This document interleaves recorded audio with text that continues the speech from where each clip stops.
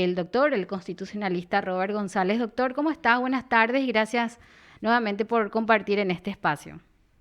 Buenas tardes, Vanessa, a la audiencia y a disposición. Doctor, en el sistema penal y hablando de, bueno, vamos a arrancar con lo que es la imparcialidad del magistrado, lo que dice la Constitución Nacional, que toda persona debe ser juzgada por un tribunal independiente e imparcial. ¿Qué nos lleva a analizar esta situación, doctor? Porque escuchábamos ayer lo que decían los miembros de este tribunal de sentencia que condenó a González Dar y a su hijo en que la información que proveyó el Ministerio Público no fue conducente y que ellos tuvieron que escarbar un poco más, que el análisis que ellos realizaron fue un trabajo del tribunal. ¿Qué es la imparcialidad que garantiza la Constitución Nacional, doctor? Tenemos tiempo, ¿verdad? Sí, tenemos tiempo.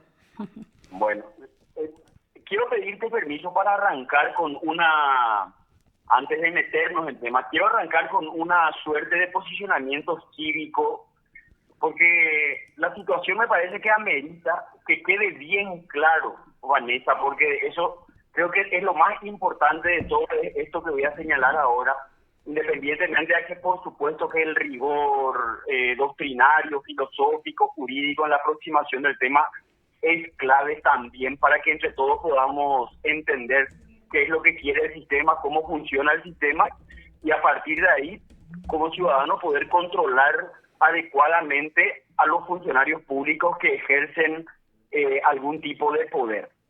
Y te pido permiso y arranco, ¿verdad? Por supuesto.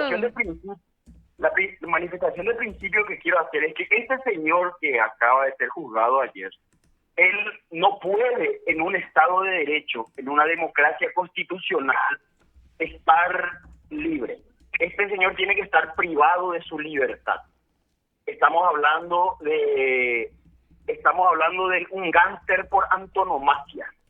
Como consecuencia de ello, no hay ninguna excusa para que no funcionen los filtros, los anticuerpos que la democracia constitucional tiene diseñados precisamente para que personeros como este no puedan actuar libremente, no puedan actuar impunemente y menos desde espacios de poder. Y aquí han fracasado, en este caso concreto, todos los anticuerpos. No es que no tengamos remedio, es decir, no es un problema institucional o de diseño orgánico, sino que es un problema de hombre, porque los partidos políticos tienen que activar los filtros para que este tipo de personas no lleguen. En este caso concreto no lo activaron. Los parlamentos tienen herramientas, tienen filtros, tienen anticuerpos que deben ser activados para que estas personas no puedan desempeñar un cargo. No funcionaron. El sistema electoral tiene que funcionar, tiene que activar los anticuerpos para que estas personas no lleguen. No activaron los anticuerpos. El Poder Judicial tiene que activar los anticuerpos por default, digamos, ante el fracaso de todos los otros estadios, y tampoco ha funcionado independientemente a esta condena que se dio el día de ayer. Te agradezco mucho por la posibilidad de la catarsis cívica y ahora recojo el guante y entro en tema.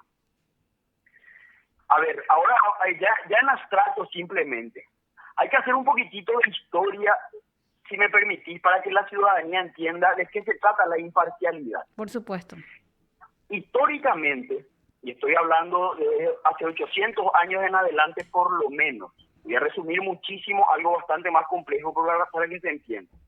La humanidad básicamente ha ideado dos sistemas o métodos de enjuiciamiento para que el Estado pueda llevar adelante su política punitiva, para que el Estado pueda desplegar su rol persecutorio de eventuales hechos punibles o de eventuales transgresiones de la ley.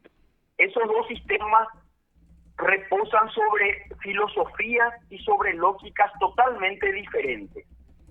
Una lógica se conoce como el sistema inquisitivo. Como su nombre lo indica, esto nace en la Edad Media al amparo de instituciones religiosas. La Inquisición, que básicamente era una institución religiosa a través de la cual la Iglesia Católica llevaba adelante una campaña para reencauzar feligreses desviados, básicamente consistía en que la autoridad, en este caso la iglesia, designaba un investigador.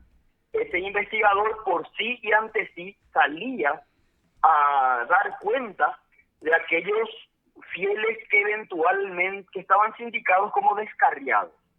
El investigador o inquisidor llegaba hasta los fieles y tenía el objetivo declarado de por sí y ante sí, era juez, por lo tanto tenía que investigar, tenía que recopilar las pruebas y tenía que juzgar la conducta de ese fiel descarriado, y en función a ello, en un ambiente de censura muy importante, decretar si se reconvirtió o no al catolicismo, si pecó o no pecó.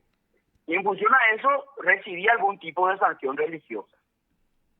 Dada la enorme eficacia de este método, el Estado lo que hizo en aquel momento, hay que recordar que Estado e iglesias eran una misma cosa. No estaba separado el poder temporal del poder eclesial, el poder terrenal del poder divino. Entonces el Estado lo que dice es, caramba, qué bien le funciona a la iglesia este método para perseguir y para lograr reencauzar ovejas descarriadas. Tomemos prestado ese método, pero también para cuestiones no religiosas, también para transgresiones legales. Esto tiene toda una historia, puedo después referir la literatura a quienes quieren consultar, pero básicamente lo que la Iglesia Católica, o los reyes católicos, mejor dicho, necesitaban era financiar las campañas de conquista de América Latina. Había que financiar los viajes de Cristóbal Colón y compañía. Entonces este método fue la excusa ideal como para que el Estado pueda juzgar a quienes transgredían a su criterio la ley y además a partir de ahí aplicar penas de confiscación de bienes y con ello generar mecanismos de recaudación. Bueno, este mecanismo fue legislado en las leyes procesales de la época y por ende la característica principal de este mecanismo es que el investigador era juez y parte al mismo tiempo. El investigado lo que hacía era litigar contra el Estado, defenderse del Estado. Y naturalmente la desventaja era manifiesta. El Estado la relación era vertical. El Estado a través del investigador por encima, a través del investigador / juez por encima del investigado. Ese método gozó y sigue gozando de buena salud en las leyes procesales de América Latina. Entonces tenemos un Estado omnipotente encarando investigaciones a través de un juez que además podía probar y además podría juzgar él mismo. Ese es un modelo. El otro modelo, frente a ese modelo, surgió más o menos en la misma época histórica, el modelo anglosajón, en el cual, a partir del cual, esto estamos hablando de la Carta Magna de 1215, a partir del cual, por una serie de factores históricos que se dieron en ese momento, el Estado ya tenía ciertas limitaciones.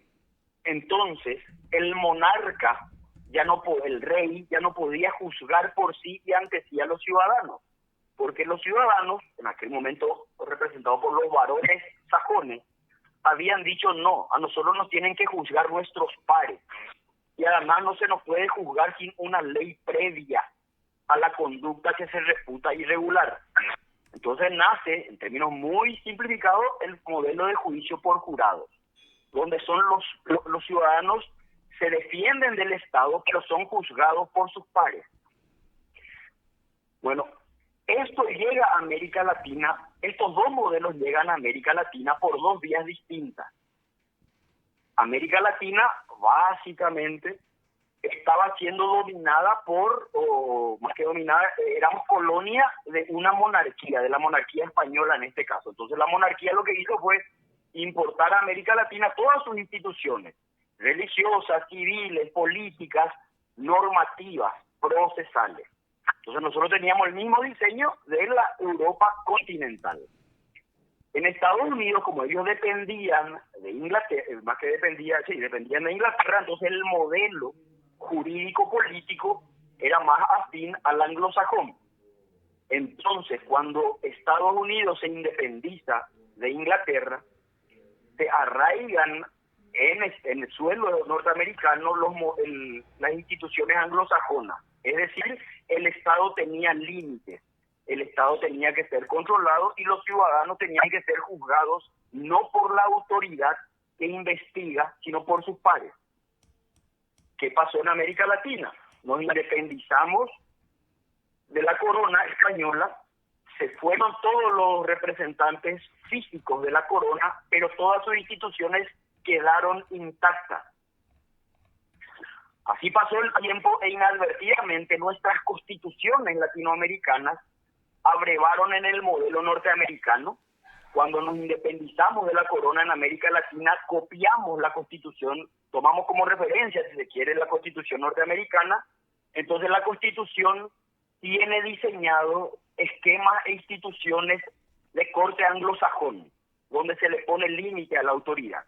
Sin embargo, cuando nos independizamos, como decía antes, la legislación procesal quedó intacta. Entonces tenemos una legislación procesal perfilada con el método inquisitivo y una legislación, digamos, un esquema constitucional perfilado con el método acusatorio o dispositivo. Es decir, conviven en el mismo ambiente jurídico-político instituciones que tienen lógicas diferentes. Estoy simplificando mucho. ¿Qué pasó en Paraguay concretamente? En Paraguay en el año 1998, hago trazos muy grandes, el término histórico para que se entienda y para no alargar mucho. En el año 98 se advierte esta contradicción. Y lo que se dijo en aquel momento es que es inaceptable por el principio de supremacía constitucional que la ley infraconstitucional, el Código Penal, el Código Procesal Penal o los códigos procesales en general, sigan respondiendo a un modelo distinto al que quiere la Constitución. Entonces, en materia penal se buscó honrar el modelo acusatorio, porque nuestra Constitución contempla un modelo de enjuiciamiento comprometido con jueces imparciales y con jueces independientes, típicos del modelo de control horizontal anglosajón, mientras que nuestros códigos procesales contemplaban un modelo de juez investigador. Entonces lo que se pregunta en el año 98 nuestro Parlamento, con razón, es ¿qué tenemos que entender por el proceso? ¿El proceso es un método para investigar, como quiere la Inquisición, o es un método para discutir, como quiere la Constitución? Entonces, se decantan por lo segundo, que es lo correcto, porque eso es lo que dice la Constitución, y se perfila la legislación procesal penal para que el juez ya no pueda comprometer su imparcialidad, ni pueda hacer el trabajo que no le corresponde. El juez tiene que sentenciar simplemente, no puede inmiscuirse en tareas de investigación o de prueba.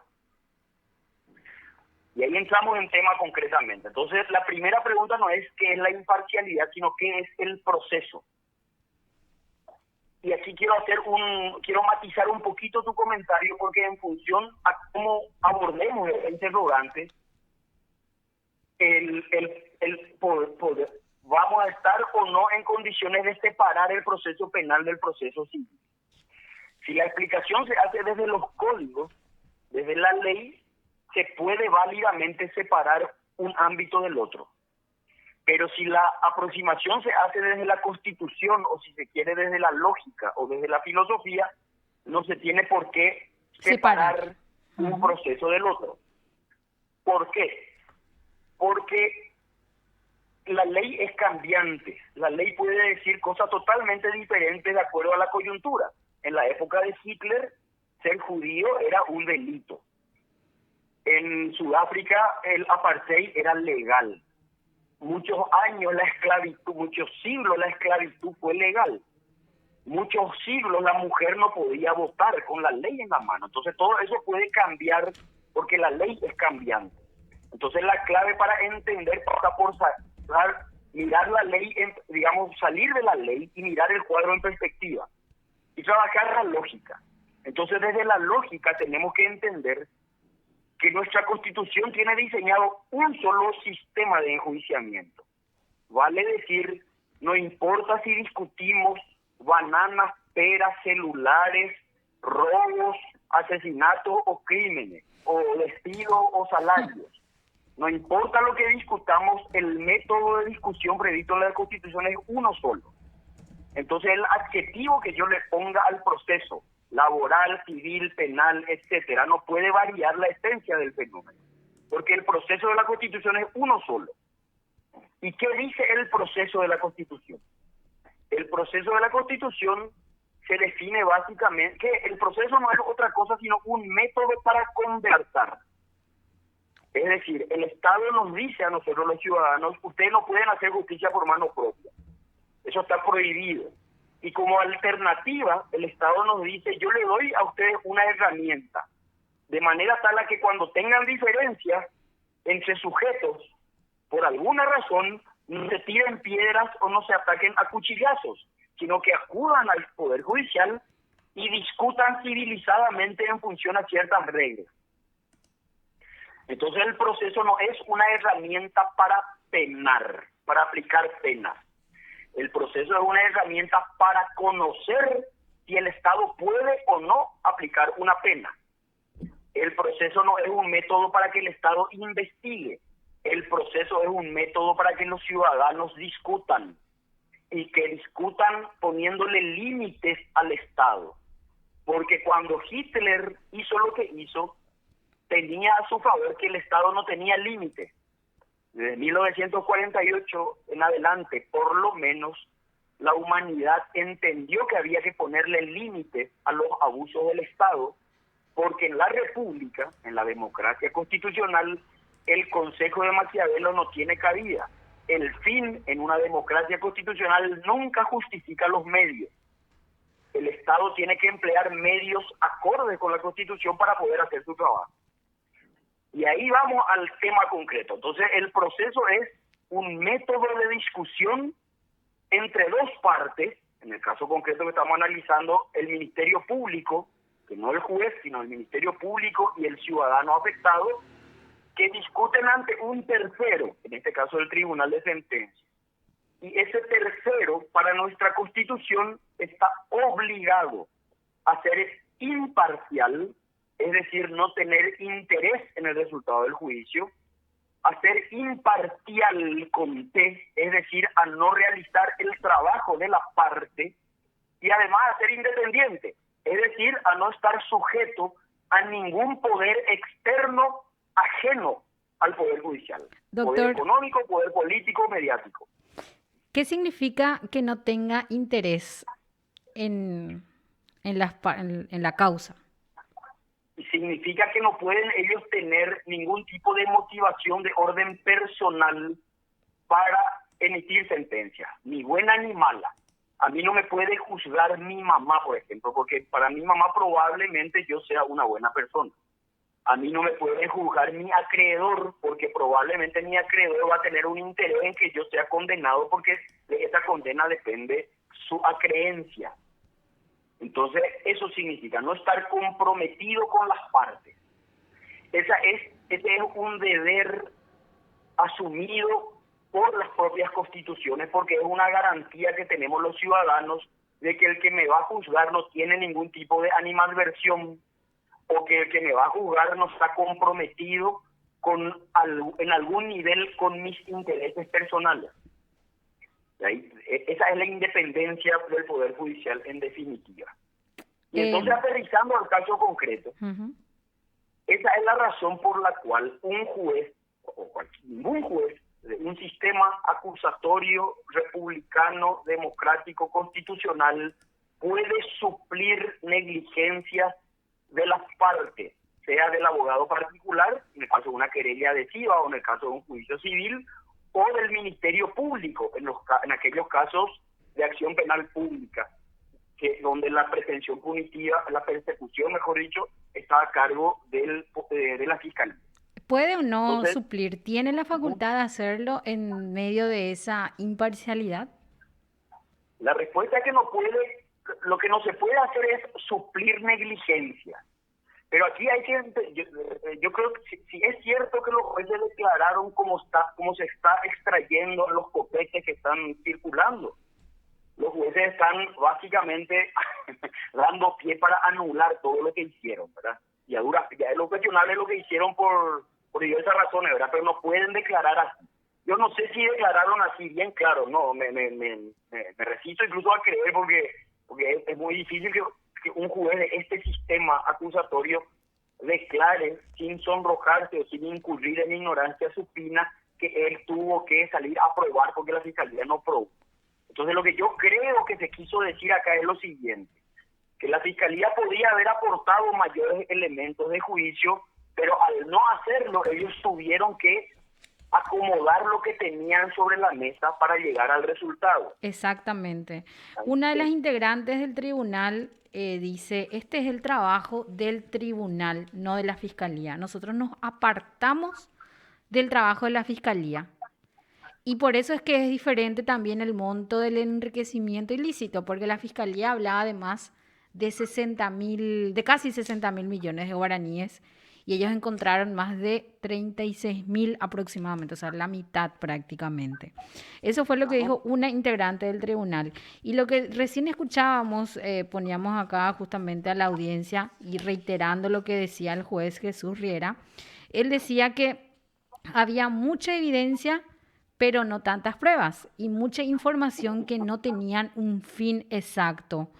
Entonces ellos tuvieron que escarbar mucho más para llegar a encontrar la conducta atribuida por el Ministerio Público. Entonces uno se pregunta, doctor, ¿ellos pueden investigar? Estamos hablando de el cumplimiento o no del debido proceso, porque como dice la Constitución, todo ciudadano tiene el derecho de saber por qué le están procesando y darle un tiempo prudente para que se pueda defender.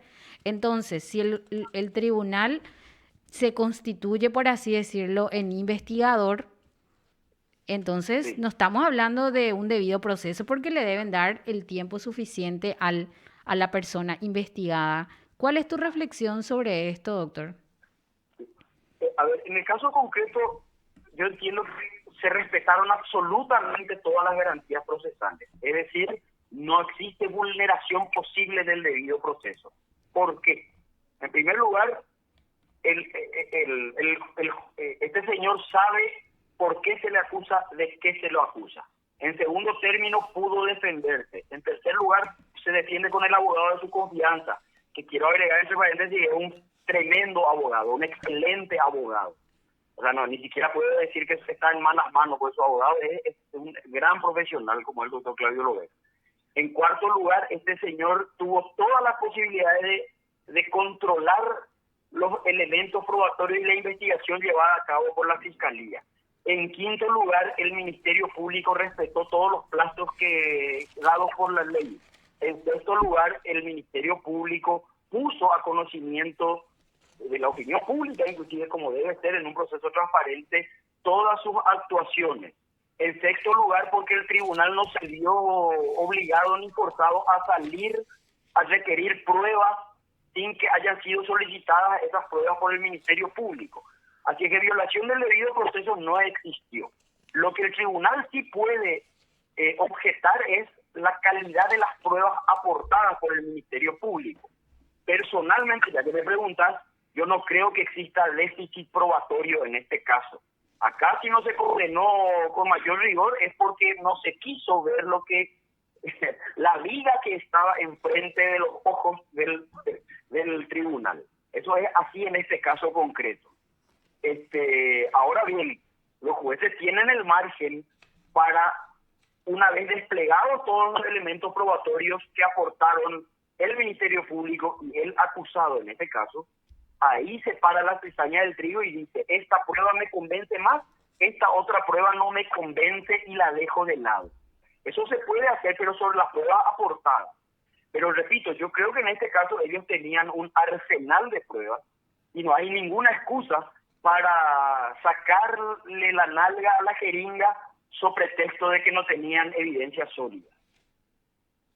Exactamente, en un momento dado, discúlpame, en un momento dado dice una integrante del tribunal, este monto no corresponde al monto establecido por la fiscalía y este es un trabajo del tribunal y nos apartamos de lo que presentó la fiscalía. Y ahí es cuando ya da a entender, no sé si ella no se, a ver, no se supo dar a entender y lo hizo una explicación, digamos, de manera, no sé, por el cansancio o no supo encontrar la palabra correcta. Y al decir eso, uno dice, ah, bueno, si no estudiaste lo que presentó la fiscalía que tiene la carga de la prueba, entonces hiciste un análisis totalmente aparte de lo que hay.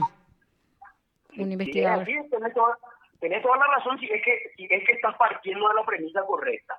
Pero lo que yo entiendo es que la jueza lo que quiso señalar es que ellos advirtieron dentro del margen de discrecionalidad que es admisible, que es lícito, que es necesario, que el número no era 100 sino que era 50. Entonces, básicamente lo que yo creo que se quiso señalar acá es que el Ministerio Público se equivocó a la hora de cuantificar el perjuicio o el monto, pero no a la hora de demostrar que había una situación económica relevante.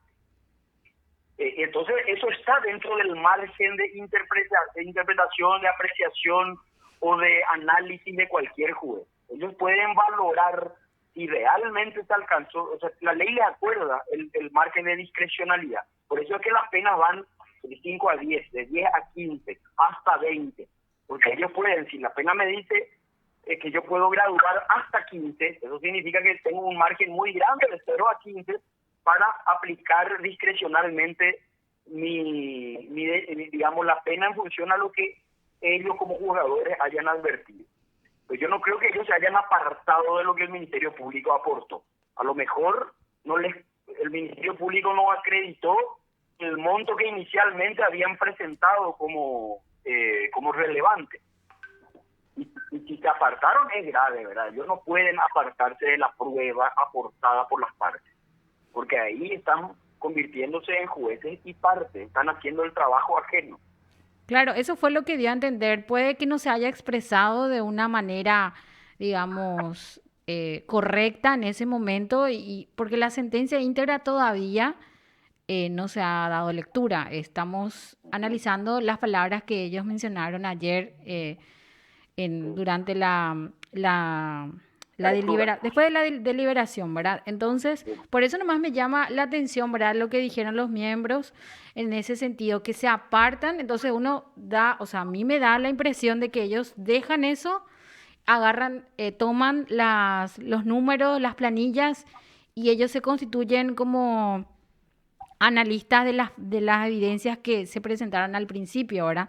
Porque se criticó mucho también la labor del perito del Ministerio Público, que presentó la Fiscalía, en el sentido de que algunas cuentas fueron duplicadas, y eso también dice uno de los miembros del tribunal. Pero ellos no pueden, evidentemente, hacer esto, doctor, ¿verdad? ¿Crees que se podría anular o se podría interpretar o analizar una nulidad en el caso de que se analice esas expresiones de los miembros del tribunal? ¿O cuál es lo más válido? ¿Lo que ellos dicen en la convocatoria o la lectura íntegra del fallo? No, yo no creo que haya causa de nulidad por lo que están expresando, aún en el supuesto de que las expresiones hayan sido totalmente desafortunadas, porque nosotros, por las reglas de juego establecidas en nuestros procesos, lo que digamos, el fallo es lo que se tiene que aplaudir, criticar, cuestionar, revisar, etcétera. Y el fallo está dado por lo que está escrito, y en el papel tienen que estar estos argumentos. Yo quiero insistir en el que digo, porque esto fue un caso muy mediático nomás, en que no se aprecia que el tribunal se haya apartado de lo que la Constitución espera de un juez. Lo que sí se puede cuestionar desde la ciudadanía es que, teniendo margen como para haber aplicado una condena más dura, buscaron la vuelta para ser más laxos o más flexibles o más indulgentes. Eso es lo cuestionable acá, pero lamentablemente no es un cuestionamiento digamos, es un cuestionamiento que cae dentro de lo posible. Así es que lo que hacemos Fuerza de los Ciudadanos es para que, así como va a apelar seguramente el condenado, me imagino que el Ministerio Público también va a pedir la revisión de la sentencia para aumentar la pena. Y hacemos Fuerza de los Ciudadanos para que el Tribunal de Apelación advierta que se han puesto sobre la mesa las pruebas suficientes como para endurecer la condena, endurecer la pena. No veo vicio de procedimiento de ninguna manera luego, porque se le escuchó al condenado, participó, controló, actuó, impugnó, etcétera, hasta el infinito, ¿verdad? Así es que no hay vicios procesales y no creo que el tribunal se haya salido del cauce del debido proceso. La objeción más bien es no desde el condenado. Las objeciones pueden venir desde la ciudadanía o desde el sistema, si querés, porque este era un caso que tenía todos los elementos suficientes como para una condena ejemplar y de vuelta nos salen con una cosita muy acomodada, ¿verdad? Exactamente. Nos presentaron documentales inconducentes y duplicadas, fueron una de las palabras textuales. Los testigos del Ministerio Público no nos han aportado mucha información y otros Pero no testigos dicen que nada. no iban a poder venir, que son los Pero fallecidos. te das cuenta, esto es como ya hablamos en alguna ocasión cuando analizamos aquel fallo de la Corte con relación al IPS, a los marinos, etcétera, a los capitanes de barco, cuando la Corte dice, acá se aprecia una clara vulneración del bien común. El interés general está en juego, no te dicen nada con eso. Un tribunal, un juez, cualquier juez de una democracia constitucional puede decir puede utilizar estas expresiones que acaba de decir. Los testigos fueron inconducentes, pero te tiene que contar en qué consiste esa inconducencia. Tienen que desarrollar esa idea y no limitarse a señalarnos esa idea. Quiero creer que eso va a estar desarrollado en el fallo, va a estar bien explicado en la sentencia en qué consiste la inconducencia, o por qué los informes fueron irrelevantes o anodinos, o por qué las pericias verdaderamente no aportaron algo significativo. Pero un tribunal no puede limitarse a descalificar el trabajo de la Fiscalía. Yo no puedo decir, como se ha hecho en el anterior caso de González Daer, y ojalá no se haga ahora, como tribunal yo no puedo decir que mal el trabajo del Ministerio Público. Siempre se dice. No nada. Claro, pero tienen que decirte por qué está mal. Ese es el déficit de nuestros tribunales o de nuestros jueces, no te cuentan el por qué. Entonces se limitan a dar una fórmula, una entelequia vacía de contenido. Y el tribunal estaba ahí, están pagados, su función, su salario, etcétera, etcétera, etcétera, es funcional a que ellos puedan explicarnos con mucho rigor el porqué de la inconducencia o de las pruebas que no aportaron nada o de los informes ineficaces. Porque de lo contrario, ¿qué le diferencia a un juez técnico de un ciudadano de a pie? ¿Qué están diciendo que no pueda decir cualquier hijo de buen vecino como yo, por ejemplo? Tienen que decir algo más. Ellos no están ahí, ellos no son jueces, digamos, que nos tienen que dar su parecer, su opinión, su antojo, su capricho.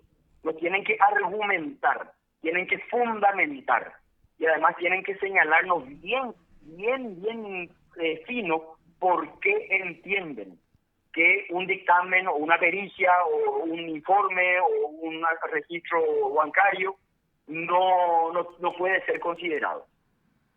En el caso concreto, repito, si acá no encontrás pruebas, entonces abrí Tacumbú, abrí todas las cárceles del país y sacarle libre a todos los que están ahí. Porque si acá no hay pruebas, lo otro menos que menos. Y quiero decir algo, saliendo de este caso concreto, que creo que es importante. El Poder Judicial tiene una matriz que se evidencia todos los días en sus sentencias. Y a ellos no les tiembla el pulso, no se sonrojan cuando tienen que ir más allá de su trabajo, cuando tienen que quebrantar su imparcialidad. A los llamados ladrones de gallinas se les condena todos los días, yendo mucho más allá de la imparcialidad. Así es que no es un tema que nuestros tribunales resguarden mucho su compromiso con la Constitución y demás. Cuando quieren condenar, condenan. Y en este caso había pruebas a borbotones para condenar. Y de hecho condenaron, ¿verdad? Eso hay que rescatar. Pero claramente hicieron todo lo posible para no condenar con el rigor que podían haber condenado.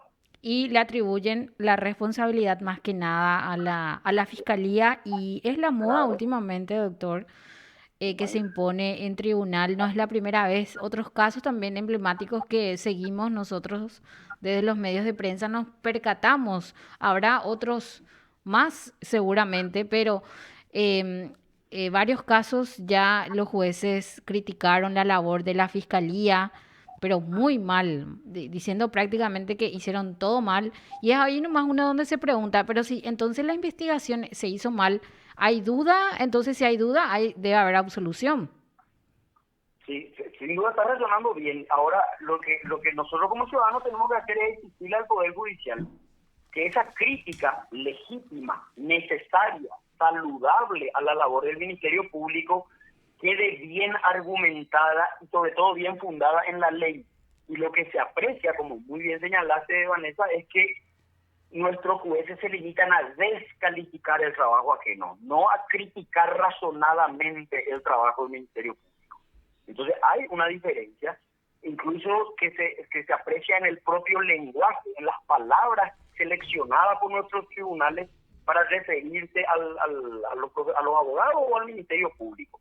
Descalifican con mucha ligereza, utilizando términos impropios de un nivel de debate argumentativo decoroso.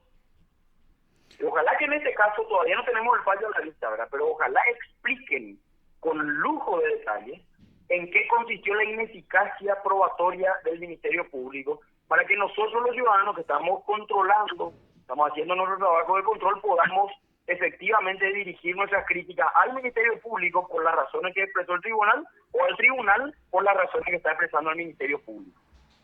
Nos Yo present- quiero de vuelta, hay pruebas suficientes. Acá no puede hablarse de falta de pruebas. Eso es categórico en este caso concreto al menos. Nos presentaron evidencias, no pruebas, dijo el juez también. Sí, y ahí te das cuenta, si dijo eso, si dijo eso, entonces está, eh, no te está diciendo nada, porque evidencia, pruebas, o sea, estamos hablando de sinónimos, ¿verdad? El Ministerio Público realizó su labor confirmatoria. A ver, decíamos antes que el proceso es un método de debate. En ese debate, las partes lo que hacen es exteriorizar, una pretende, en este caso una condena, y la otra resiste, en este caso resiste la pretensión condenatoria. En la siguiente fase del proceso, cada parte tiene que aportar elementos de juicio para validar sus tesis, para validar su pretensión o validar su resistencia. Y esos elementos de juicio se pueden llamar prueba, indicio, informe, pericia, evidencia, etcétera. Da lo mismo el nombre que utilices. Pero si en el expediente se introdujo válidamente un elemento que sirve para acreditar la pretensión, en este caso de condena, no puede ser dejado de lado.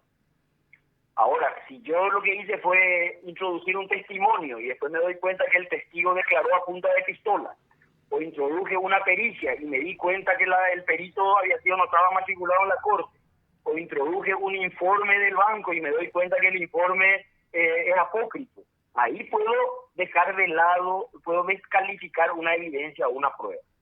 Pero esas discusiones se hacen en la audiencia preliminar. Exacto, lo Entonces que iba a decir. todas las pruebas que ya llegaron al juicio oral, ya llegaron tamizadas, ya llegaron filtradas, es decir, ya son válidas. Ahora que tengan o no la fuerza suficiente para convencer al tribunal es otro tema. Ahí donde el tribunal puede decir básicamente, sabe que tu pericia no me convenció. Eso es válido. Pero en este caso concreto justamente hay que tener rostro para decir que no había elementos de juicio. Acá cerrar los ojos, meter tu mano en la bolsa y lo que saque es prueba condenatoria. Exactamente, exacto. Doctor, para ir cerrando entonces, ¿hay o no diferencia en fuero penal y civil en cuanto a la imparcialidad del magistrado? Desde la teoría general unitaria del proceso, que es la escuela filosófico-procesal a la que yo adhiero, no existe ninguna diferencia. ¿Por qué? Porque la Constitución contempla un solo método de enjuiciamiento, un solo proceso. Las características de ese proceso están dadas en la propia Constitución. Tienen que ser un debate entre iguales, tiene que ser un debate ante la autoridad. Esta autoridad tiene que mantenerse imparcial y tiene que ser independiente, tiene que haber control de pruebas, tiene que haber derecho a ser oído, etcétera. Esas son las características que todo proceso infraconstitucional tiene que respetar. Así es que la ley procesal civil, la ley procesal laboral, la ley procesal penal, ni hablar, tienen que ayornarse a esas características. Estamos hablando en lo macro. En la práctica, respondiendo a tu pregunta, es que sigue habiendo diferencia porque los operadores en general nos aproximamos a los casos o al derecho utilizando el código. Hay que leer más Entonces, la Constitución. Exactamente, así mismo. Y en algún momento habría que hacer el ajuste coherente, ¿verdad?, para que todos nuestros códigos procesales respeten esas características de enjuiciamiento y de juzgadores dadas por la Constitución. Y si no nos gusta, Vanessa, el perfil de proceso y el perfil de juez que están definidos en la Constitución, cambiemos la Constitución, no violemos la Constitución. Acá lo que se hace es violar la Constitución sin ponerse colorado y violar la Constitución sobre pretexto de que el Código permite. Doctor, te agradezco mucho. No, por favor, como siempre, a las órdenes. Yo sé que querías hablar también del tema de camioneros y demás, pero agotamos el tiempo en esto y en otro momento. Quería preguntarte también eso. Tengo nomás una nota ya pautada a las 5, pero preguntándote así como también constitucionalista, este cierre, por una parte, el bloqueo del tránsito, de la circulación, toda la pérdida económica que está generando esta situación, la manifestación de ellos, que cómo podemos verlo desde el lado del derecho de los demás ciudadanos, ¿verdad?, que están siendo afectados por esta manifestación. Es absolutamente inaceptable lo que está ocurriendo. Todos los derechos, empezando por el derecho a la vida, tienen limitaciones, no hay derechos absolutos. Y el ejercicio de todos los derechos tiene que respetar necesariamente el derecho del otro. Así que en este caso concreto, estos abusos y estos excesos de protestas que son legítimas quedan desvirtuadas porque los medios utilizados no son compatibles con la Constitución. Y ya que los jueces quieren criticar tanto al Ministerio Público, este es un motivo para criticar al Ministerio Público, que salía en bolsa a cazar ciudadanos aglomerados que estaban trabajando sobre pretexto que violaban las normativas de cuarentena y se quedan de brazos cruzados cuando estas personas están generando el perjuicio enorme en todos los niveles que están generando sobre pretexto de estar ejercitando su derecho a la protesta o a la manifestación. Inaceptable. Totalmente, es cierto. Bueno, doctor, muchísimas gracias por tu tiempo, por tu reflexión nuevamente y esperemos que en un próximo contacto podamos tener otra reflexión también sobre otro punto, otro hecho de lo que acontece en tribunales. Siempre a las órdenes, encantadísimo. Estamos hablando. Chao, chao, doctor. Lo escuchaste aquí en PDS.